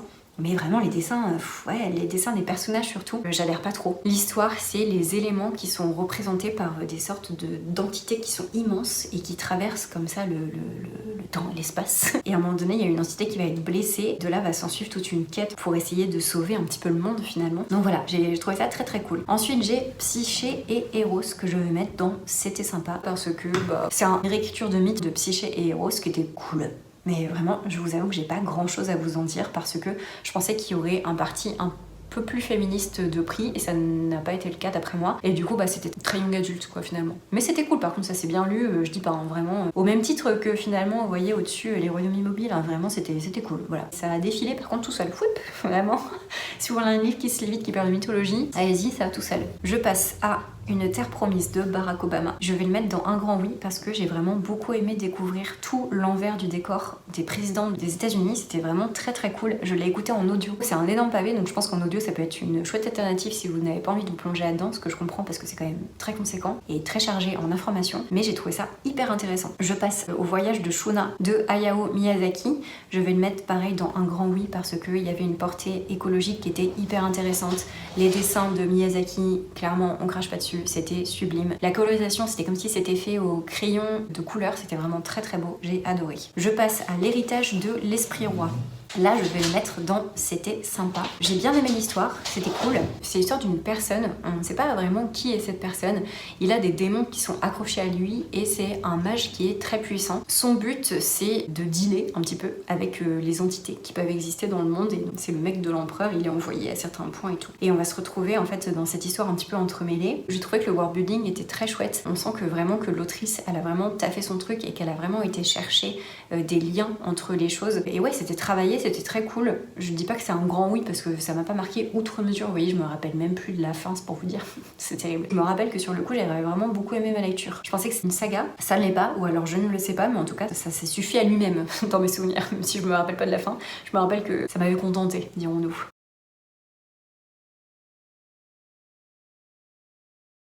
J'enchaîne avec Un jardin pour royaume de Gwenaël Robert, que je vais mettre dans Bif Bof parce que elle retrace du coup l'histoire de son enfance, le passage à l'âge adulte et le rapport qu'elle a avec ses enfants, le fait qu'on est mère et puis après on est un petit peu entre guillemets délaissé par ses enfants qui grandissent et puis qui quittent le nid, tout ça avec un artiste en fond, je ne sais plus lequel parce que je suis nulle. Je suis désolée, je me rappelle plus. À titre personnel, j'ai pas trop apprécié, je vous avoue que je suis un petit peu passée à côté du texte. Non pas que c'était mauvais, j'ai pas grand chose à lui reprocher, c'était sans prétention aucune, franchement c'est juste son état d'esprit qu'elle nous relatait. Mais moi ça m'a pas trop touché outre mesure, à dire vrai. Ensuite on a L'homme qui marche de Jiro Taniguchi. Je vais le mettre dans C'est sympa parce que j'ai vraiment beaucoup aimé, mais encore une fois j'ai pas full souvenir. C'était très bien, j'ai trouvé ça très plaisant parce que je trouvais qu'il y avait un état d'esprit qui était très posé, on marchait avec lui, on prenait le temps vraiment de profiter avec lui de ce qui nous entourait et je trouvais que ça avait un peu le même esprit que Anne, vous voyez, où elle s'attarde un petit peu sur les choses de la vie qui nous entoure alors que nous on trace notre route et plus ça va, plus on grandit, plus on va vite parce qu'on a là les trucs à faire. Et je trouve que L'homme qui marche c'était chouette parce que un peu dans le même esprit que Anne, ça prenait le temps vraiment de marcher dans la ville et de s'arrêter sur les détails qui nous entourent et je trouvais ça très cool. Voilà. Ensuite, j'ai La société protectrice des kaiju de John, je crois, Scalzi. Je vois pas si c'est John ou pas, mais bon, soit. Je vais le mettre dans Bif Bof. Très honnêtement, j'ai pas vraiment apprécié ma lecture, je vais pas vous mentir. Je me suis un peu ennuyée, pour être honnête. On est dans cette société. Il y a Elos qui boit en fond, mais je pense que ça va, vous pouvez passer outre. Donc, on part de notre monde à nous classique, et en fait, il y a un mec qui va être recruté pour être emmené dans un monde où les kaiju existent et doivent être protégés, puisque c'est des espèces en voie de disparition. Et du coup, ils sont là pour étudier le kaiju, faire en sorte qu'ils se reproduisent, essayer que le fait qu'il y a déjà des kaiju qui sont arrivés dans notre monde, ça se reproduise plus. Sauf que je trouvais que le rythme était pas très bon parce que on passe donc de notre monde classique, après on enchaîne avec la découverte du monde des kaiju, après on enchaîne avec l'étude des kaiju, quel groupe de scientifiques fait quoi, après il y a un petit peu d'action, après on repasse en mode mais qu'est-ce qui se passe, après il y a un petit peu d'action, mais je sais pas, je trouve que ça a manqué un petit peu de waouh. J'ai vraiment pas été transportée par cette lecture, loin de là. Franchement, c'est pas une lecture que je recommanderais et je vous avoue que je suis passée un petit peu à côté parce que il y a plein de gens qui ont vraiment apprécié, il y a des références à la pop culture qui sont sympas, ça nous fait sourire et c'est vrai que c'est chouette, mais au-delà de ça, je vous avoue que ouais, ça m'a pas du tout transcendé quoi. Ça va mon petit cœur. Ensuite, je passe à Célèbre de Maud Ventura et je le mets dans un grand oui. J'ai vraiment adoré, c'était trop bien. Pour vous dire du coup un petit peu brièvement l'histoire, même si je crois que je vous en avais déjà parlé, il me semble, je sais plus. C'est une femme qui s'appelle Cléo Louvan qui depuis qu'elle est toute petite sait qu'elle va devenir célèbre, qu'elle va être une superstar de la chanson et vu qu'elle le sait, toute sa vie va être drivée par ça, quitte à rouler sur tout le monde, quitte à mentir, quitte à jouer la comédie, quitte à paraître quelque chose qu'elle n'est pas. Donc il y a tout cette idée des réseaux sociaux, on cache qui on est vraiment, et puis après il y a tout l'envers du décor des stars et je pense que ça fait un petit peu froid dans le dos parce qu'on se dit qu'il y a une note de réel dans tout ça. On la voit évoluer et monter les échelons de la superstarité entre guillemets pour en fait le revers de la médaille, complètement être déshumanisé de tout pour finir avec une fin qui est pas piquée des hannetons. Vraiment si vous voulez le lire, je vous le conseille très fortement, rien que pour la fin, votre mâchoire retombe. Non, c'était vraiment très cool, j'ai des souvenirs très frais. Je pense que c'est grâce à la plume de Maud Ventura qui fait que tout est très clair, elle est concise mais en même temps elle ne manque pas de description tout de même. Je trouve qu'elle a vraiment un juste milieu entre tout qui fait que nous lecteurs, quand on lit son livre, on est vraiment pris dedans, on est transporté dans l'histoire, on comprend vraiment tout, on s'imagine vraiment très bien les choses. Et ouais, tout est très clair et ce qui fait que ça défile tout seul. On tourne les pages comme ça et vraiment c'est trop bien. Encore une fois, je ne saurais pas vous dire pourquoi ce n'est pas un coup de cœur. Une chose est sûre, il me restera en tête pour très longtemps, ça c'est une certitude et j'ai hâte du coup de lire Mon mari de la même autrice qui est dans ma pile à lire en ce moment même. Voilà. Ensuite, je continue avec Alabama Song. Je vais pas vous dire le pourquoi du comment parce que c'est dans une prochaine vidéo que je vais en parler, mais je le place ici. Ça vous donne un petit avant-goût de ce qui va arriver dans l'année. Quelle horreur ce truc. Après, on a Roux de Kim Thuy. Je vais dire que c'était sympa. Roux, c'est l'histoire donc de Kim Thuy qui va fuir la politique du Vietnam. Donc, c'est des réfugiés politiques. On va suivre un petit peu toute son épopée, toute sa traversée des pays pour arriver au Canada, pour avoir un rôle de mère avec un enfant autiste. Et en fait, elle va retracer tout son parcours de vie d'une façon très humble et pas du tout dans le pathos. Et c'est ça que j'ai beaucoup aimé dans son roman. C'est que je trouve qu'elle est très vraie, très entière, sans se faire plaindre, alors qu'elle a vraiment pas eu une vie facile, c'est une certitude. Et elle arrive quand même à nous transmettre un message d'espoir malgré tout ce qu'elle a vécu. C'était très beau. Après, je le mettrai pas dans C'est un grand oui parce que je l'ai écouté en audio. C'était sur une plateforme où j'avais pas la possibilité de l'écouter en rapide et je vous avoue que j'ai trouvé ça long parce que j'aime pas écouter en x1. Ça m'a laissé un petit arrière-goût de frustration quoi. Mais sinon, le texte en soi est très chouette. Sa plume est très chouette aussi. C'est des petits textes très succincts qui s'enchaînent, donc ça se lit relativement vite. Si vous voulez y aller, franchement, allez-y, c'est cool. Je passe au troisième et dernier tome de toute cette saga des Nippon Wokai. Je vais le mettre aussi dans C'est sympa pour exactement la même raison que celui d'avant, parce que au niveau des souvenirs, c'est pas hyper clair. Par contre, au niveau des dessins, je me rappelle que ça reste toujours très efficace pour moi. J'ai lu Naruto le 8e, je vais le mettre dans un grand oui parce que Naruto, c'est Naruto. J'aime trop Naruto, c'est mon animé préféré. C'est pour ça qu'il se retrouve ici, tout simplement. J'ai lu Où vivaient les gens heureux de Joyce Maynard et là, je vais le mettre dans un grand oui. Je vous en avais pas parlé encore, ça c'est sûr parce que je l'avais lu assez tard. Il me semble que je vous l'avais fait en réel sur Insta, je vous en avais parlé brièvement, mais j'ai été très touchée par cette histoire. C'est l'histoire d'Eleanor qui naît dans une famille où elle n'est pas désirée en fait et ses parents la laissent vraiment pour contre parce qu'ils ne voulaient pas d'elle et ils sont tellement fusionnels et dans leur monde parce qu'il me semble qu'ils sont alcooliques tous les deux me semble-t-il, enfin ils sont vraiment complètement fermés sur eux-mêmes et du coup elle se retrouve fille unique mais fille complètement seule. C'est pas comme si elle était orpheline mais pratiquement et ses parents vont décéder quand elle va avoir 16 ans me semble-t-il et elle va se construire toute seule, elle va devenir écrivaine donc elle va écrire des récits pour les enfants, c'est comme ça qu'elle va réussir à gagner sa vie. Elle va acheter une maison très jeune et à partir de là elle va rêver de construire une famille, sa propre famille à elle. Elle va rencontrer Cam, qui va être le père de ses enfants. Ils vont avoir 3 enfants, jusqu'à ce qu'un drame se passe, tout allait bien, et puis après ce drame, rien ne va plus, et c'est un petit peu tout son monde qui s'écroule. Comment faire après ce drame, comment se reconstruire, comment faire parce que son rêve il est piétiné et elle essaye de se battre corps et âme pour essayer de le récupérer en fait parce qu'elle l'a touché du bout du doigt mais malheureusement il n'est plus et tout s'est effondré. C'est comme si elle avait mis du temps à construire son château de cartes et que d'un coup de vent tout est parti.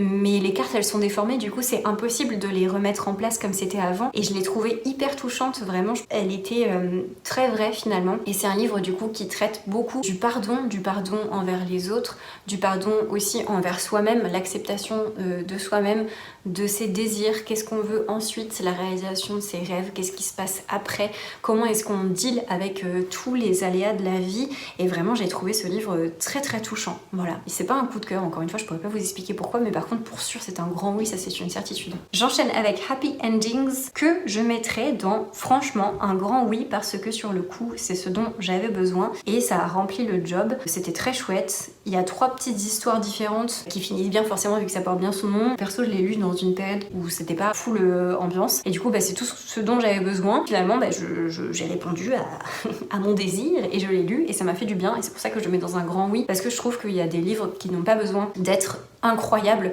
pour pouvoir nous marquer et pour pouvoir nous apporter quelque chose. Et ce livre en est la preuve. C'est pas une dinguerie, hein, clairement, il y a beaucoup mieux, genre le Comte de Monte Cristo, je rigole. Mais en vrai, il est pas incroyable. Si je l'avais lu à un autre moment, je vous aurais dit ouais, franchement, c'était super sympa. Je l'aurais mis dans oui, c'est sympa, c'est une certitude.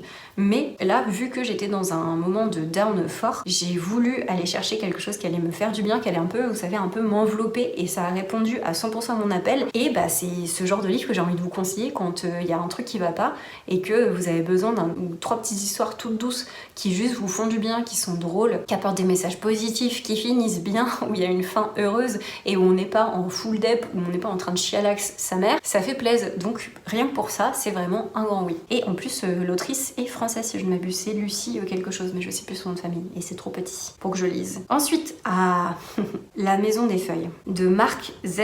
Danielewski. Où est-ce que je vais me placer celui-là? Franchement, je pense que je vais mettre dans un grand oui. Oh là là, ce livre, je pense que je n'ai jamais lu un truc aussi compliqué et aussi perché de ma life. On a 3 points de vue différents. Le point de vue d'une personne qui fait une thèse sur un documentaire. Le deuxième point de vue du documentaire en soi, donc qu'est-ce qui se passe dans ce documentaire. Et on a un troisième point de vue qui est une personne annexe qui lit la thèse qui a été faite sur le documentaire. Ça va vous?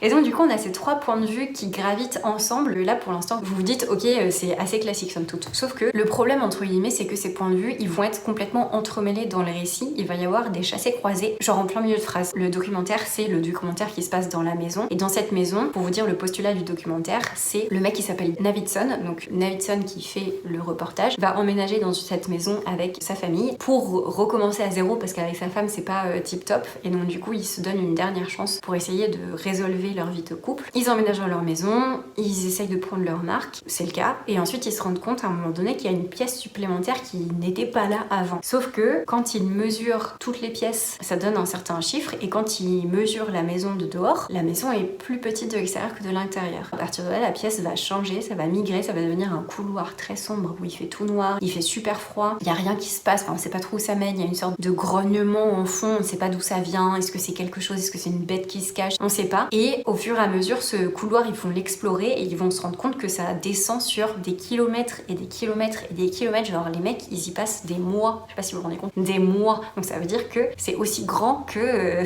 je sais pas, on sait pas jusqu'où ça va en plus. C'est ça qui est fou, c'est que c'est un labyrinthe le truc. Et je pense que c'est pour ça que ça prend une ampleur aussi grande, parce que notre imaginaire, vu qu'on n'a pas de limite et vu que cette maison, elle n'a pas de limite, notre imaginaire, il est en feu. Genre vraiment, on s'imagine un truc, ça n'a pas de limite et du coup ça devient encore plus immense ce truc, vous voyez. Il va se passer plein de péripéties avec les Navidson et leur maison. On va le voir du coup à travers cette thèse qui a été faite. On a des études qui sont entremêlées avec ce qui se passe dans la maison, les comportements de chacun. Et on a Johnny, donc qui est la personne qui lit la thèse, qui lui relate le fait qu'il découvre le texte, qui repasse derrière la personne qui l'a écrit, qui s'appelle Drapeau. Je sais plus comment il s'appelle. Bref, c'est pas grave. On a du coup Johnny qui est un mec qui est drogué, qui a clairement des problèmes d'addiction. C'est compliqué parce qu'on sait pas démêler le vrai du faux. Et en fait, c'est ça, c'est que ce livre, c'est un labyrinthe imbriqué dans un autre labyrinthe. Et en fait, on sait jamais qui croire, qu'est-ce qui se passe, parce que on n'a pas de réponse. Et tout est flou, mais tout est très clair. En plus de ça, on a une mise en page du livre. Je pense que j'ai même pas besoin d'aller vous le chercher parce qu'à mon avis, vous avez dû le voir passer. On a des mises en page du livre qui sont complètement farfelues. Ce qui est hyper cool, c'est que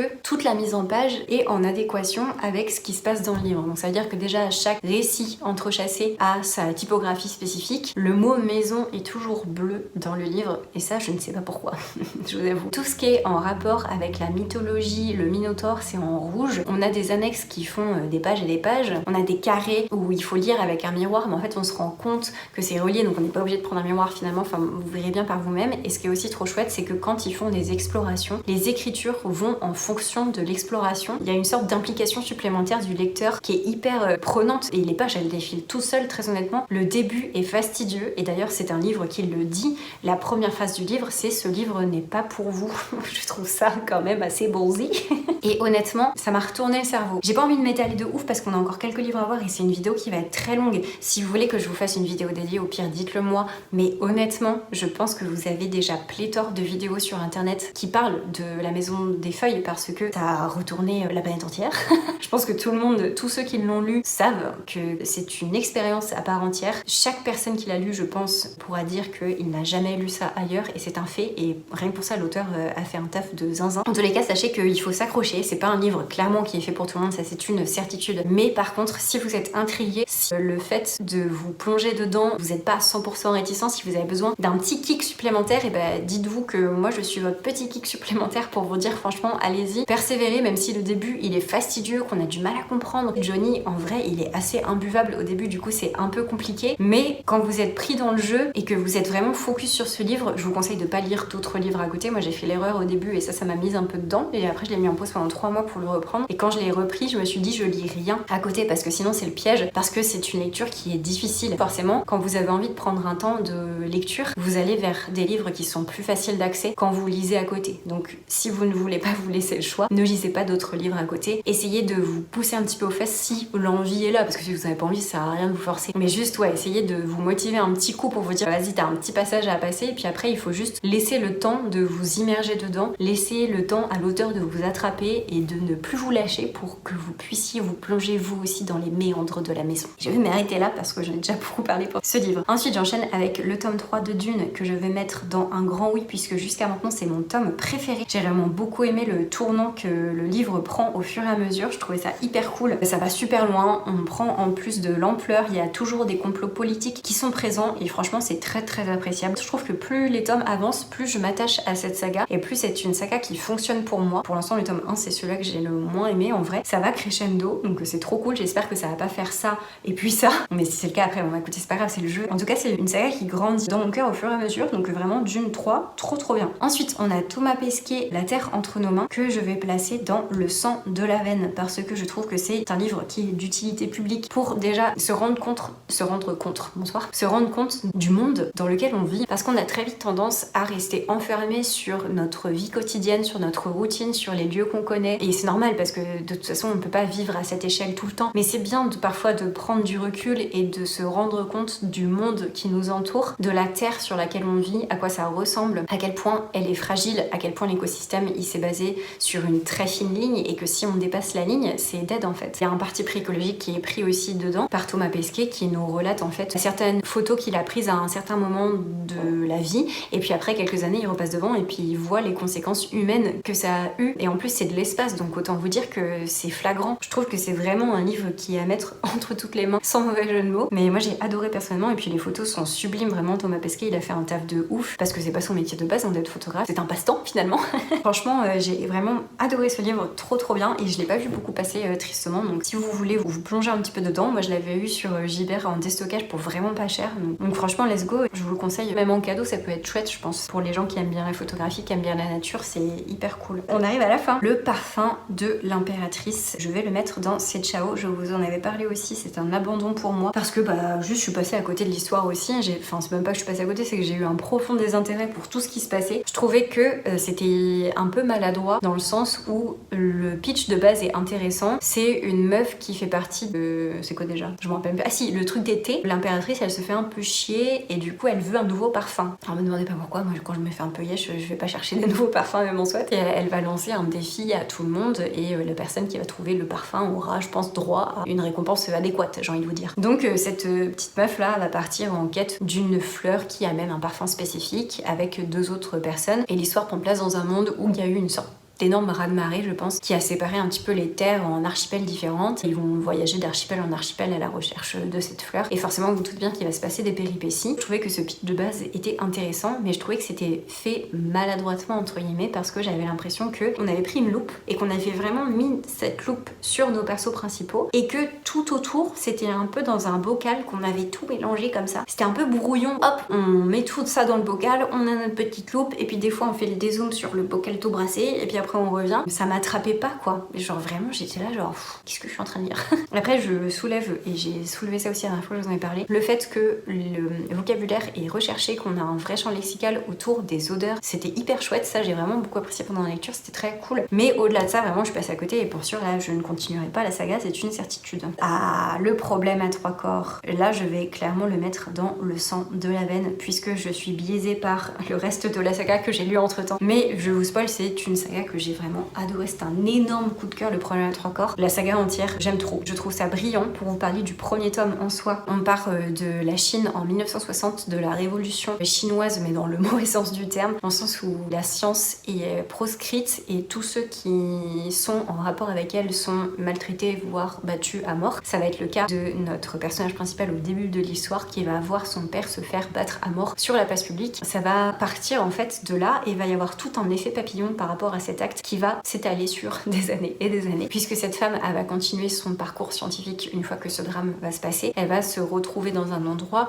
où il tente de communiquer avec les extraterrestres. À partir de là, on avance un petit peu dans le temps et on va suivre une personne qui fait des recherches en nanoparticules, qui va avoir un compte à rebours qui va se mettre devant ses yeux. On ne sait pas d'où vient ce compte à rebours, pourquoi est-ce qu'il est là, à quoi il sert et surtout comment est-ce qu'il s'est retrouvé à avoir un compte à rebours qui défile devant sa rétine. C'est quand même très étrange. Et je vous dis rien parce que c'est incroyable de le découvrir et vous voyez ça là, ce que je dis, c'est une toute petite graine et ce qui se passe, on est là en fait, vraiment voilà, ça prend tout le cadre. Donc c'est tellement énorme et ça part tellement loin. Dès le premier, ça je vous ne spoil rien par rapport au deuxième et au troisième, dès le premier on part de ce petit postulat pour vraiment grandir sur quelque chose où on se dit mais qu'est-ce qui se passe. C'est incroyable, je vous le conseille très fortement, c'est de la hard SF, donc encore une fois c'est pas pour tout le monde, hein. Si déjà la SF c'est pas votre truc, évitez, et puis si la hard SF vous trouvez ça un peu trop compliqué et un peu trop tiré par les cheveux, je vous conseille pas de le lire. Après moi je sais que personnellement je suis littéraire, donc déjà en sciences j'y connais rien, donc ce qu'on me dit je le prends pour acquis, et juste si dans ce monde-ci, je sais pas, A plus B ça fait C, je dis ok, A plus B ça fait C, soit si tu le dis monsieur, je te fais confiance. Donc peut-être que c'était un point positif finalement que j'y connaisse rien en sciences, je ne sais pas, je pourrais jamais vous dire. Dans tous les cas, voilà, il y a un aspect scientifique qui est fortement poussé puisque on est dans la hard SF, mais c'est pour notre plus grand bonheur parce que c'est incroyable. Et encore une fois, je vous laisserai découvrir la suite. Et pour l'instant, le premier maître encore, le premier tome, et foncez, je n'ai pas d'autres mots, c'est trop bien. J'enchaîne avec Instinct de Inoxtag et je ne sais plus la personne qui a réalisé les dessins. Je vais le mettre dans C'est sympa. J'ai bien aimé. C'est pas un grand oui parce que j'attends de voir la suite finalement. Le premier était cool, hein. Franchement, s'ils sortent le 2 un jour, je pense que je le lirai. Je l'avais offert à mon amoureux, mais du coup je l'ai lu d'une pierre deux coups. Ouais, non, c'était chouette. Pour l'histoire, on est dans un monde où il y a une sorte de maladie, c'est une tache noire qui se développe sur votre peau. Pendant que vous avez cette tache noire, vous avez des super pouvoirs qui vous sont alloués. Sauf que plus vous utilisez ces pouvoirs, plus la tache elle augmente. Et quand cette tache recouvre tout votre corps, vous mourrez en fait. C'est un peu con. Et donc du coup, on va suivre ce mec qui contracte la maladie et il va essayer de chercher un remède pour se soigner finalement. Et on va tomber dans un monde avec des gens qui maîtrisent le truc. Bon bref, je vous ne spoil pas plus loin. Mais écoutez, le pitch de base était cool. J'ai bien aimé le premier tome, donc à voir la suite. Mythos de Stephen Fry.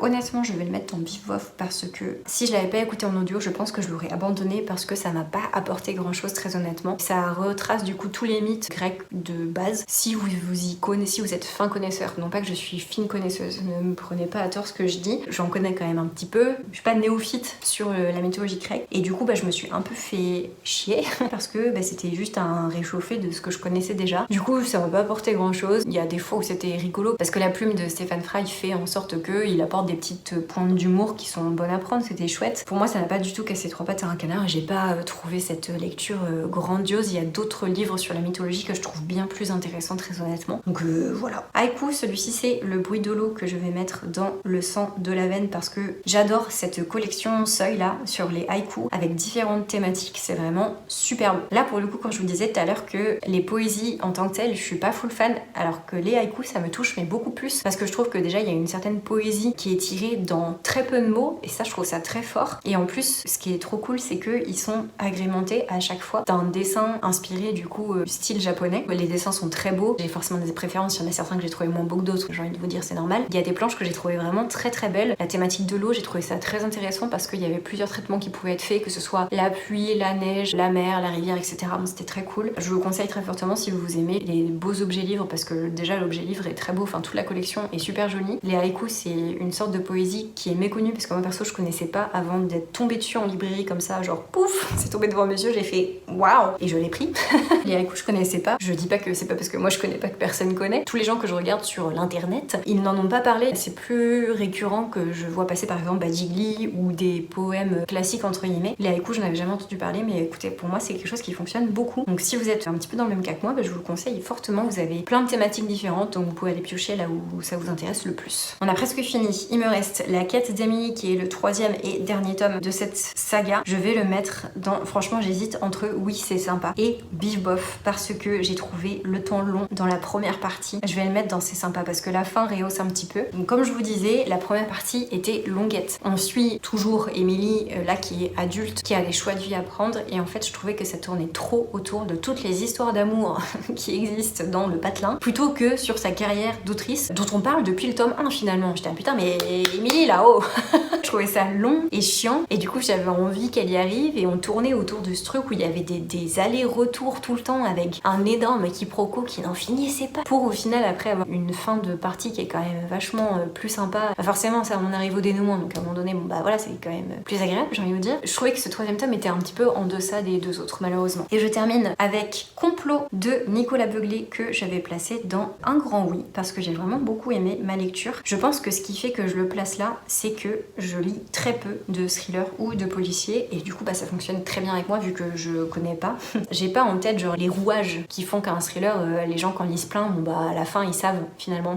Perso je suis tombée en plein dedans et en plus je trouvais qu'il y avait un parti pris féministe qui était hyper intéressant. Je m'attendais pas du tout à découvrir ça. Je trouvais que la personnage principale qui s'appelle Sarah Gillingham je crois, elle était très chouette, c'est un peu une meuf badass mais avec ses failles. Je trouve ça cool parce que c'est pas juste une meuf badass qui pète le cul de tout le monde et qui est trop forte et hyper intelligente de surcroît. C'est aussi une meuf avec ses failles, avec ses doutes, qui pense à une vie de famille, qui est pas sûre de comment tout ça va s'organiser, qui cherche sa place entre sa carrière, sa vie de femme, sa vie de famille. Qu'est-ce qu'elle veut, elle tout simplement? Est-ce qu'elle est prête à être mère? Comment est-ce que ça va se passer? Est-ce que toutes ces questions qui sont soulevées au sein d'un thriller, j'ai trouvé ça très très cool. Qui plus est, l'enquête en soi était aussi très intéressante. Comme je vous le disais, dans l'enquête, il y a un parti pris féministe qui a été pris, qui était tout aussi chouette. J'ai pas envie de m'étaler plus qu'il n'en faut parce que je pense que cette vidéo est excessivement longue. Donc écoutez, ça y est, nous sommes arrivés à la fin. Je vous fais un petit aperçu. Donc on a Le sang de la veine, on a quand même 1, 2, 3, 4, 5, 6, 7, 8, 9 livres, c'est pas mal. On peut voir que j'ai eu quand même des petits couacs, mais écoutez, c'est la vie. Hein. Honnêtement, je pense que Never Night, je le voyais un petit peu venir. Il y en a certains que je me doutais que ça allait pas être incroyable.